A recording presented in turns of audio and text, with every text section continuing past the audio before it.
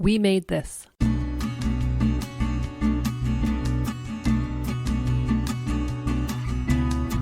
Hello everyone and welcome to Pick Up a Podcast and our first episode of 2019. I first want to say thank you to everyone who has been listening in, downloading to the first 5 episodes such as Doctor Who, The X-Files and some film podcasts.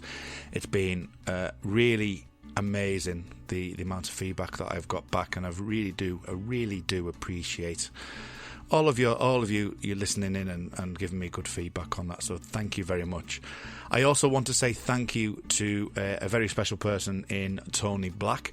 He is part of the Xcast and now the We Made This podcast network, which I am now part of. So I do want to thank Tony for bringing me into the family, and it's been a great pleasure getting to know him and getting to do various different things on various different projects with him. Yes, we are part of the We Made This podcast network, and I just wanted to thank Tony for that.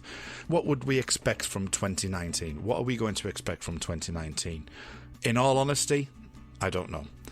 But what I do know is that I will be interviewing people from the We Made This podcast network, but not exclusively to that. And today we are going to be talking to Mark Begley, who is part of the Wake Up Heavy podcast. Okay, so ladies and gentlemen, thank you again, as I said earlier, for coming and listening into this podcast. It's been great to kickstart it off in 2019, and today's guest is the podcaster Mark Begley of Wake Up Heavy. Hi Mark, how are you? Hi, Kurt. Nice to be here. Good. It's nice to speak to you finally. I know that you were really one of the first people who jumped on when I put the call out for podcasters to come on, and I know that there's been a bit of a gap before we get to speak to each other, but I do appreciate you getting in touch just before Christmas there, and I'm sure that we're going to have a great little discussion on your podcast. Wake Up Heavy. Wake Up Heavy is a podcast that is an interesting name, and I'm just wondering, what the podcast is about. I know what it's about, but what is the podcast about, and where did the name Wake Up Heavy come from? The name came from a journal entry of mine. I got into the habit of doing that when I was in London for a semester of school, and actually I think I kept 3 journals, one for myself. We had to keep one for the program, and then I think I had another little kind of date book, and I kept doing it off and on for years after, and it was in reference to imbibing in certain beverages and how things had changed with my reaction to that the next morning. I used to get the spins when I was younger, and then kind of would just pass out, and then have a bad hangover, and then it just turned into a physical sensation of waking up and kind of feeling like gravity was pulling you down a little bit extra harder. Oh, okay. So I just wrote down Wake Up Heavy, and liked it and used it for a literary magazine I did in the early 2000s. And when it came to do this, I just sort of stuck with it. It has no reference or bearing to movies in general or horror movies specifically. It's my roller skate skinny line that I always wondered what that band's name was from, and then I found out that it was a sentence in Catcher in the Rye, and I just thought it was the greatest thing ever. Fantastic. Okay, so you mentioned about those literary things there. I mean, what were those magazines about? Were they about films or?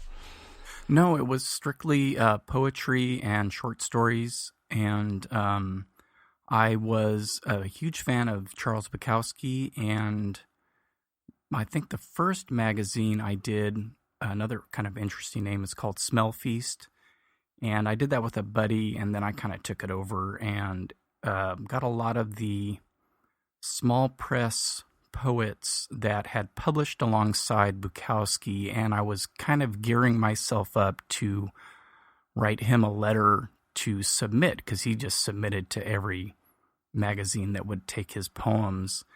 And before I could do that, he passed away. And at the time, I was writing as well and submitting to these same kinds of magazines. And then that all kind of died off. And then that was, I think, in the mid-90s. And then I stopped doing it and then got the kind of itch to go back to that and picked up the Wake Up Heavy moniker for the second literary magazine. And at that point, I started contacting the Black Sparrow Press poets that had kind of been published alongside Bukowski, and so it was a lot of that early 2000s Black Sparrow Press group. And the main guy that I ended up publishing a bunch of was Fielding Dawson, and he passed away, and that kind of killed the magazine. So, and then after that, I dabbled in some letterpress printing. I did some cards and prints back in, I guess, the mid 2000s for a few years, and had that actually as my job for a while, and didn't use the Wake Up Heavy name for that. But when it came time to do this, I just kind of naturally gravitated back to that name. Yeah. So the podcast, you started that late August last year, I think it was. Mm-hmm. The main feature of it, from what I've seen, I know you've mentioned within the podcast that you may venture out a little bit from it, is horror. I mean, what do you perceive horror to be, and why specifically horror? Well, I guess it was because that was what I was watching so much of. When I was a kid, that's what we rented all the time. It was almost exclusively horror movies. The Thing, I think we must have rented almost weekly or bi-weekly back in the early to mid 80s. And so that and Halloween and all the ones that I've done, like Phantasm and stuff like Rosemary's Baby and The Shining, it just seemed to be what we rented. Or if you went to a sleepover or somebody had a birthday party or a Halloween party, it was horror movies. You know, as I grew up, I kind of watched them less and less, and started getting into cult films and art films and foreign films. And I think in probably around 2013, I started meeting a friend of mine who had been in New York and LA for a few years and had come back to Fresno, and we started to make a point of meeting every week. And then it turned into watching movies, and it was just any movie at that point. And then when we would watch horror movies, it just seemed like it was more enjoyable. So that kind of became the trend. And then I just stuck with it. And I thought, all these years, I've missed a lot of these movies, and they're, I guess, the most enjoyable to watch for me. They encompass, they take all of the aspects of film, special effects. The music's very important to movies, to the horror movies, and is that the dog from The Thing? That's back in the background. I hope not. Yeah, and then also I kept seeing, I guess because of Facebook, following Nerdist or other groups like that, where they would talk about new horror, and I thought, oh. And a lot of them would end up on Netflix. And I think Starry Eyes was the first one that really made me think, okay, so, we've gotten past the 90s, which is kind of a dead zone to me, at least for horror. Yeah. And for kids that grew up in the 90s, I'm sure it's they look at it the same way I do for 80s or 70s films. But anytime I watch one, I think I just watched I Know What You Did last summer again for the first time in a long time, and it really just didn't do anything for me. But lately, there's kind of been a really big resurgence in good quality horror, and Starry Eyes was kind of the first one that really made me think, okay, there's got to be more good stuff out there. And even more so this last year, it just seems like it's really taken off with things like Mandy and Suspiria, the remake, and then this year we've got the new Jordan Peele movie coming up and things like that. So yeah, that's Us, isn't it? I think is that the one? Yeah. So obviously horror is a really keen part of your history and what you had growing up there. So yeah, you mentioned in one of your podcasts about the element of the likes of one of my favourite directors, David Lynch, and you've recently done a podcast with Mike White as well with Eraserhead. So yes. You, as you mentioned there, that the more surreal aspects of horror. I mean, is there a particular type? I mean, you're saying that surreal is probably your most favourite, and obviously the 90s stuff, like, well, you know, I know what you did last summer is not really something that really appeals to you. But from my point of view, I'm not a massive horror fan, but I didn't perceive The Thing as a horror movie, strangely enough. Yeah. Because I love my sci-fi, and I came at that from a sci-fi point of view with, you know, there's just some really gruesome and out there moments in there. So the whole, taking the genre as a whole, is there any particular aspects that you really enjoy, or stuff that it's kind of like, it's not for me within the genre itself? Well, the stuff that I tend to gravitate toward does seem to be the things that are kind of slightly off. And I think the first two that I talked about, Phantasm and Tourist Trap, have that kind of almost unintentionally surreal feel to them, where things just aren't quite right. And as a kid, I didn't really understand why they weren't quite right. And a lot of it just had to do with, like with Phantasm, and it had to do with that they took big chunks of it out. And so you're missing connections that probably would have been there. And it just feels like a dream. And and it was intentionally supposed to feel like a dream, but there's both intentional and unintentional things that happen in that movie that make it just a little bit off. And so a lot of the genre that I keep going back to, of psychological horror with the hysterical women and different things like that were big in the 70s, it's just more of an unsettling feeling that I tend to enjoy. I mean, I like the gore and stuff, but I'm not a gore hound. Doesn't have to be. Tourist Trap has like zero blood in it, but it's creepy and weird and just off kilter. So that tends to be the stuff that I gravitate toward, and probably why slasher films aren't that high up on my list. Right. Because those are more straightforward supernatural aspects, but they're not weird. Yeah. And although I'm sure people could argue some sequels, I guess Nightmare on Elm Street 2 is kind of weird.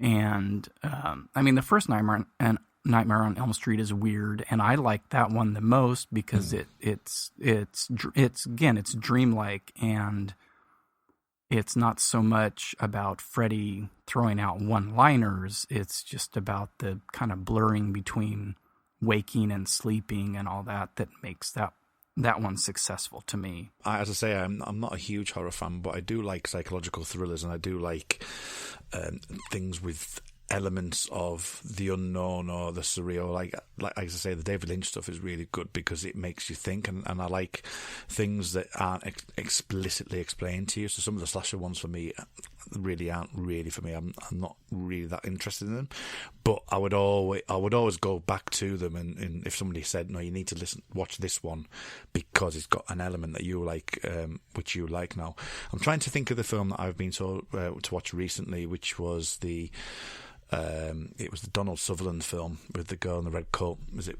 Yeah, Don't Look Now. Don't Look Now, yeah. And I really, really enjoyed that film. I thought that's down my street. That's the sort of thing that I really am really into. Yeah, that showed up on Shudder over here, and it had been on there, I think, a couple of years ago, and I for some stupid reason didn't watch it, and watched it a couple weeks ago, and I was like, oh yeah, I remember really, really liking this movie, and still really, really enjoy it. And it's barely horror. I mean, I think the last 5 minutes are about the only thing that could be considered horror. Yeah.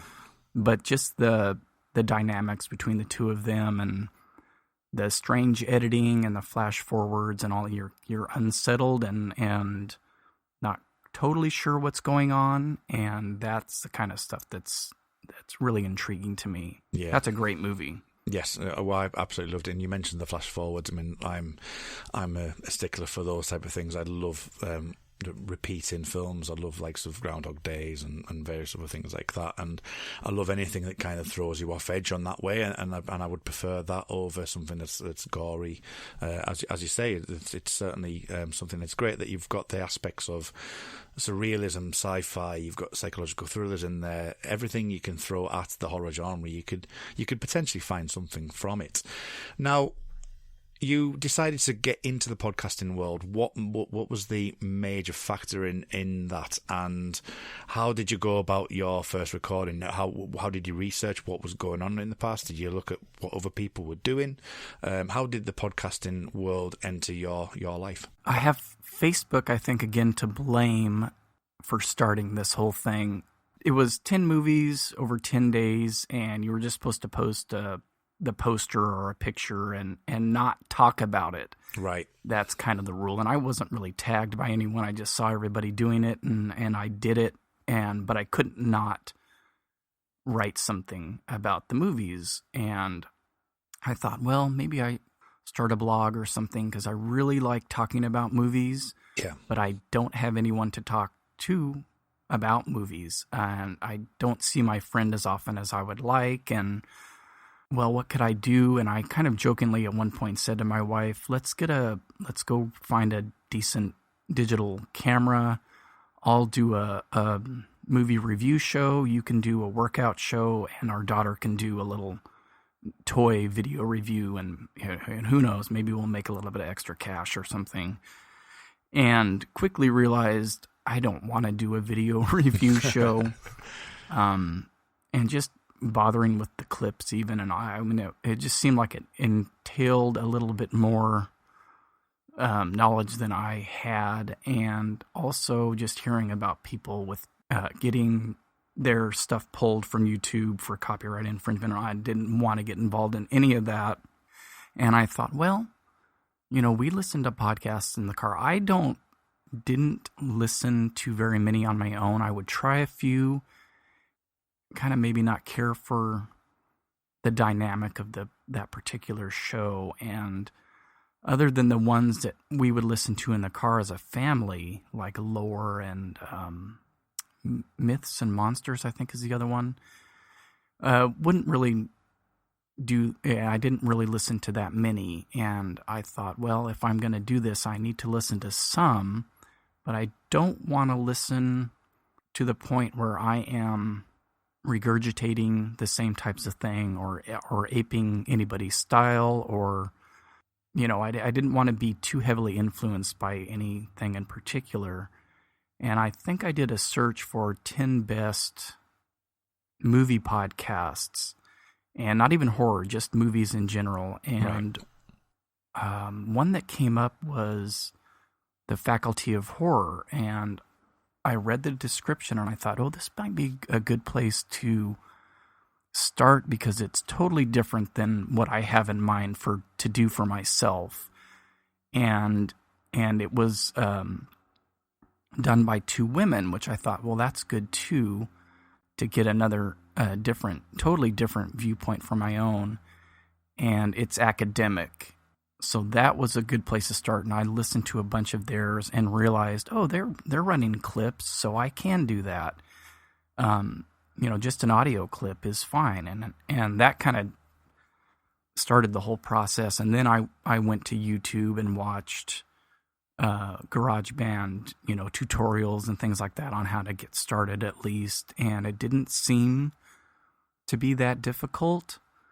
And then I realized, oh yes, the computer in our spare bedroom is a Mac and it has GarageBand on it. So I just went and started fiddling around and did some really early versions of what I ended up doing as full episodes. I think I started with the Eraserhead and just kind of sat there with and talked into the computer for an hour and a half. Yeah, and that was something I was going to pick up on as well, because your style so far, you recently had Mike White on for Eraserhead, as it happens, but has been that you were podcasting solo. Was that a conscious choice at the beginning of the outset, or was it just purely because you just wanted to get your head round the way of a podcast and the way that you wanted it to run? It was mainly by default. I figured that you needed a co-host, and I thought, who in the world am I going to get to co-host this? And getting a hold of friends and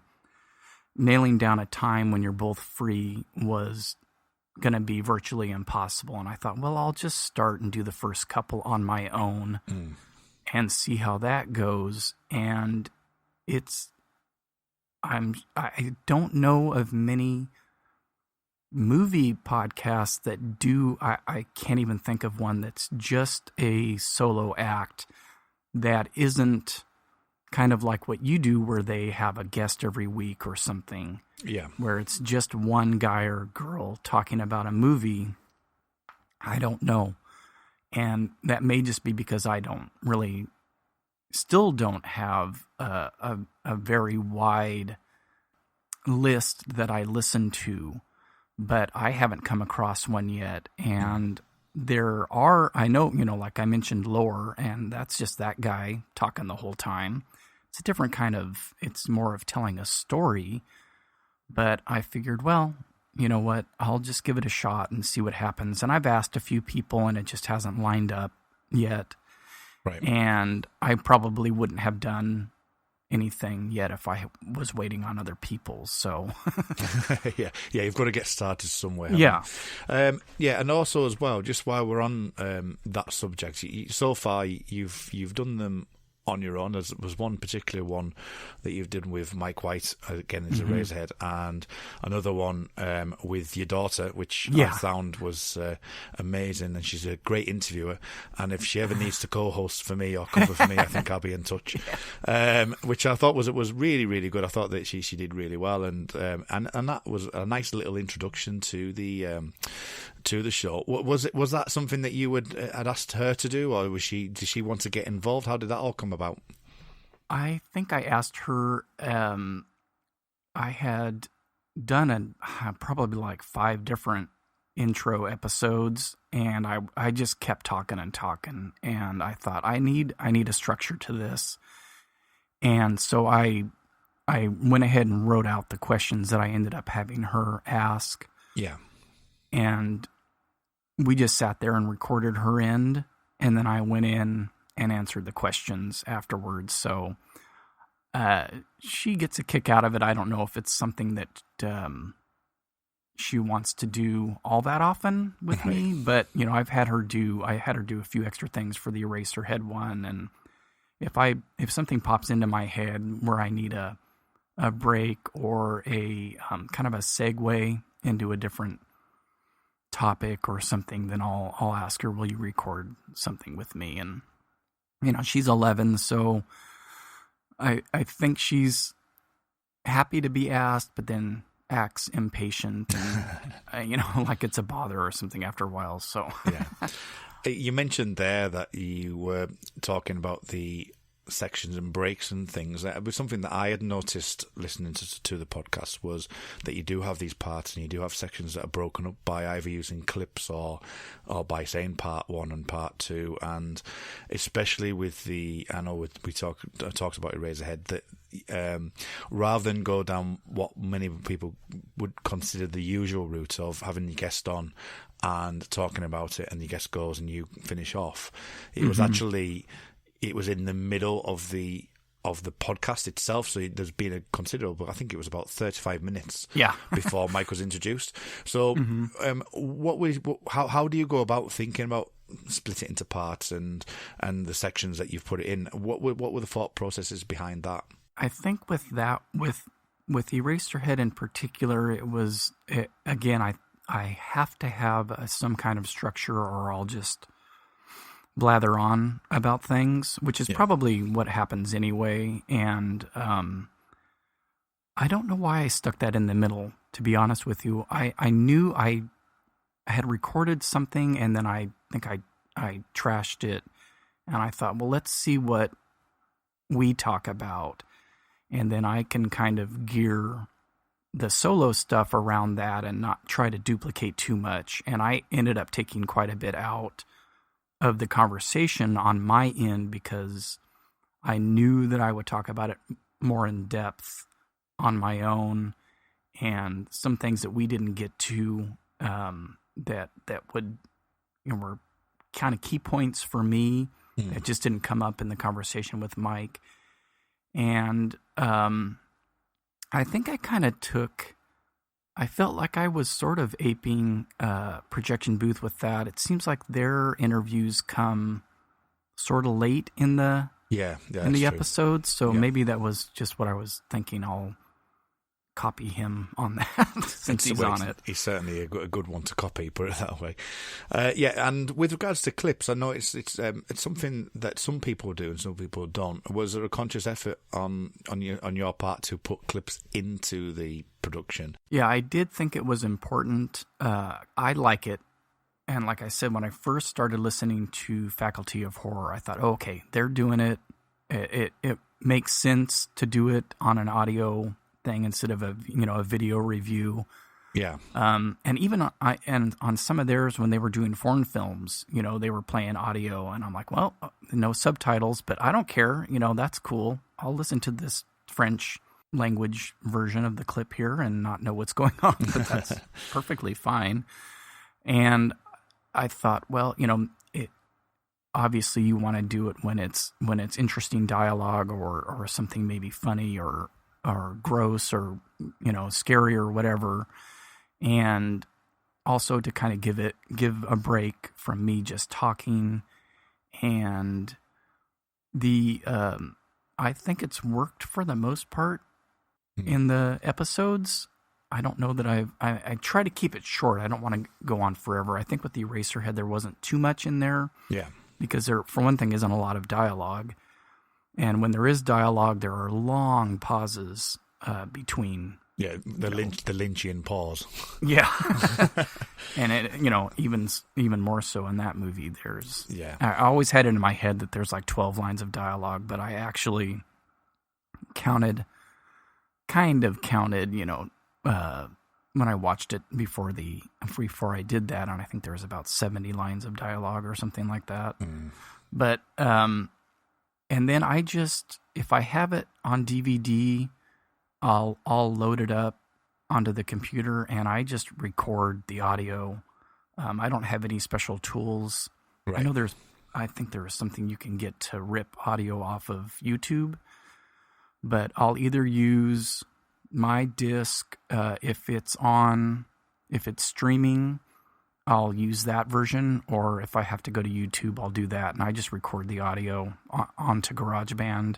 Right, yeah. And I think I finally realized I needed to do it a little bit louder than it seems like it automatically drops a couple of decibels when you do that through GarageBand, and finally realized I needed to up it a little bit. I mean, I can always play with the volume and the track, but it would vary so much. I didn't want to have 10 tracks just for 10 different clips. The future, moving on to where you foresee the podcast going. Have you reached out to any other podcasters for guesting on your show? Are you going to be doing the show just generally on your own as we speak? What can we expect in the next few months from yourself? I was gonna put just a call out on Twitter and like, hey, if there's any female writers or podcasters that want to talk about Taxi Driver, contact me. And I didn't, because I don't know what I'm going to do with the Taxi Driver episode yet. But there are a few people that I will be contacting to appear on something, and I had always had in mind to ask people, tell me what your phantasm was or your tourist trap. What was that horror movie when you were a kid that you caught, either you snuck out of your bedroom and watched, or that you just saw some Saturday afternoon and it really struck a chord. And talk about their recollections of horror as opposed to mine.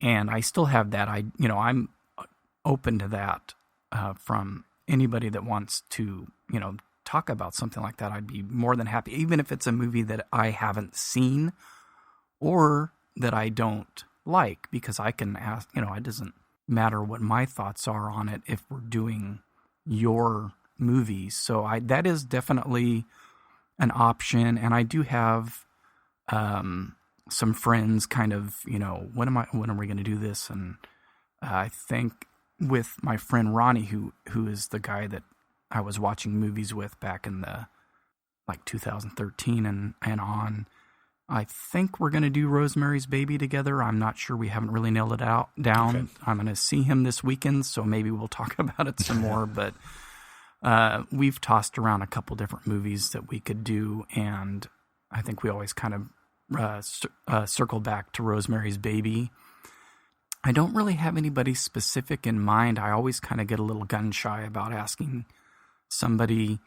I felt comfortable asking Mike because we had, a Twitter and Facebook relationship. And I just was like, he hasn't done Eraserhead yet. And this is going to be kind of the crowning achievement of this season. And it would be helpful if there was someone else on this, because it's, such a rich movie. And I mean, I could talk about it for 3 hours, but nobody wants to listen to that. So when you've done your first few episodes, you've started doing something called Why Didn't I Rent This? And I thought that's an absolutely brilliant idea. And I like the way that you've done that from the Patreon side. Do you want to just discuss that for a few moments, just to let the audience know what that is and what your thoughts were behind that? It was because I was seeing movies that were from my childhood that I didn't watch, and I thought, well, I can't do a full episode on that. It doesn't fit the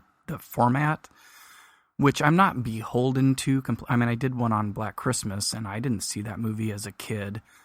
But for things that I saw in the video store that were intriguing, and then when I finally watched them as an adult, I'm like, why? And I actually asked them, why didn't I rent this when I was a kid? I mean, I watched The Thing 100 times. I could have taken a week off and watched The Beast Within or Messiah of Evil or something like that. And so I thought, well, I'm not going to expand this into a long one because I don't know that much about the movie. I don't have a history with it, and that's part of the main episodes of this show. But I kind of want to talk about it, and I thought, well, maybe I'll just do a review and throw that on the blog. And every time I think that, I just immediately toss that idea aside because I don't know what it is, but to me, thinking about writing at this point is a total bore. Right. And it's really not a good, I would just rather kind of tinker around with this stuff on the computer and sit here and record and maybe get a 15-minute episode out. And so that was sort of the impetus for that, was just there's a ton of movies that I didn't watch from back then that I've watched now that are great, and it's not costing anybody any money. If I feel like talking about something, I'll talk about it, I guess. And then the Patreon thing, I mean, I guess it's just something that every podcaster ends up doing, and I sort of wasn't sure I would ever do it because, I'm not overwhelmed by response to begin with. Yeah. And so I thought, well, what's the point of that? There's going to be these episodes that nobody listens to because they're going to have to pay for them. But I thought, well, you know what? Screw it. I'll just go ahead and do it. But I wanted it to be exclusive content. Just because of the way I am. I don't carve out time to listen to episodes early.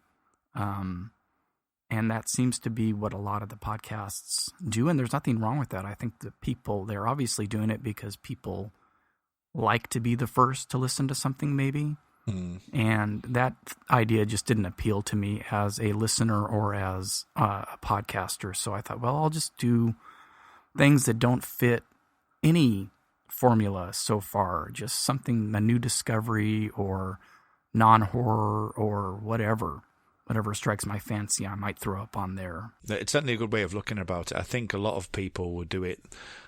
One way is to, as many people will know, that you can start a podcast quite cheaply, but it does cost money to host some on certain areas, and by releasing earlier ones, you can obviously reclaim some of that money back, and especially when you get bigger and bigger, then obviously that is a main concern. I decided to do this podcast because I got the bug for being on a podcast and for doing it, and what I naturally felt was I struggled with being a guest, but actually enjoyed hosting and enjoyed interviewing. So hence the reason why this podcast was born. I appreciate you coming on today. It's been absolutely fantastic. I really do appreciate it. Where can people find Wake Up Heavy? I'm on Facebook, Twitter, and Instagram as Wake Up Heavy. I think if you just type in Wake Up Heavy on any social media, it should come up. Patreon is Wake Up Heavy.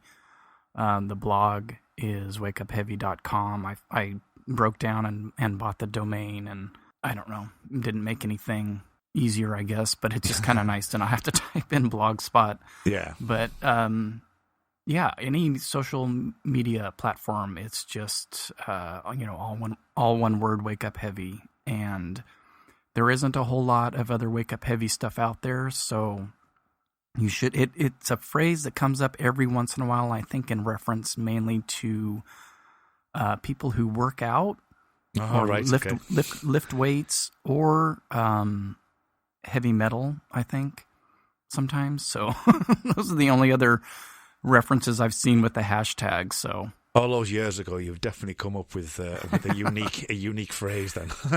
Yeah, and you know what? It actually lends itself to changing. I was just thinking about this the other day, because I will eventually run out of movies that I watched as a kid that left a big impression. I mean, it's a finite number. Yeah. And that's why I had added the subtitle of Recollections of Horror, because that can always change. Sure. And the title is so vague or there's no reference point to it. I could start talking about all the cult movies that I fell in love with, sort of when I took a break from horror, or just even regular dramas and action movies. So it's allowing me to. I mean, it's a little bit harder if your podcast is called Nightmare on Film Street. Yeah. So which is that's a fine podcast, and there's hundreds of horror movies to talk about, but since I was being so specific about what I was going to start with, I guess it seemed like maybe I shouldn't be so specific with the title. Mark, thank you so much for coming on to Pick Up a Podcast. Thank you for starting 2019 with a blast with yourself. I look forward to hearing your podcast moving forward. It's been an absolute pleasure, and I will no doubt speak to you on Twitter again in the near future, and all the best with your podcast, and we'll speak to you soon. Yeah, thanks so much, Kurt, and thank you for taking my suggestion of myself to be on your show. I just wanted to make sure that everybody knew that I actually contacted you. And well, the more people that contact me, the better, because it makes my job so much easier. So thank you for that. And again, thank you so much for coming on, and we will speak to you soon. Meanwhile, we are part of the We Made This podcast network. Thank you so much for listening, and we'll see you next time.